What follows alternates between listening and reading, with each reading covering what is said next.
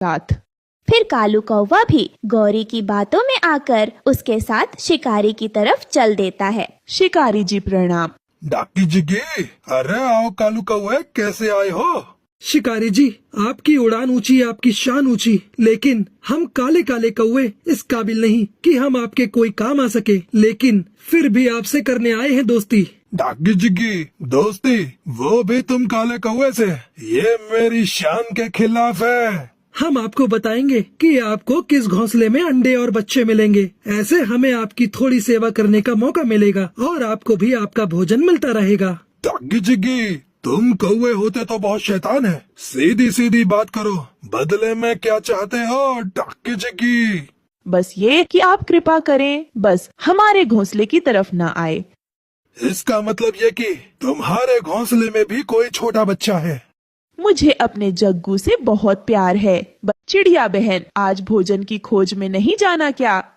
गौरी बहन, क्या बताऊं, मन बहुत डरा हुआ है। वो शिकारी रियो की बेटी को तो खा गया, तोता तो आज अपने घोंसले में ही अपने बच्चे के पास बैठा है। मैं तो बस कबूतर का इंतजार कर रही थी, वो आ जाएगा फिर हम जाएंगे नदी की तरफ, क्योंकि वो बता रहा था वहाँ पे बहुत सारा भोजन है।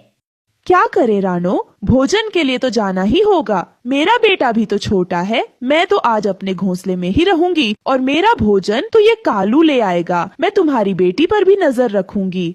तभी वहाँ कबूतर भी आ जाता है। तुम जाओ और जल्दी जल्दी अपना भोजन ले आओ, अब हम भी चलते हैं। और फिर गौरी और कालू भी वहाँ से चले जाते हैं। रानो, ये शैतान क्या कह रहे थे? कुछ नहीं, बस पूछ रहे थे कि भोजन लेने कब जाना है। रानो, मुझे तोते ने बताया कि कल शाम ये दोनों गिद्ध के पास बैठे हुए गप्पे लड़ा रहे थे उससे। रानो, तुम एक काम करो, अब जाता है और गौरी कौवे शिकारी को बताने के लिए उसकी तरफ जाती है। लेकिन गौरी कौवी ये नहीं जानती थी कि आज रानो चिड़िया अपनी बेटी को भोजन लेने साथ ही लेकर गई है। वो तो गिद्ध के पास आ जाती है। जल्दी से जाइए, आपका शिकार तैयार है। रानो चिड़िया की बेटी घोंसले में अकेली है और रानो चिड़िया भोजन लेने नदी की तरफ गई है। डाकी जी की, ये हुई ना बात, तुम तो मेरी बहुत अच्छी दोस्त हो।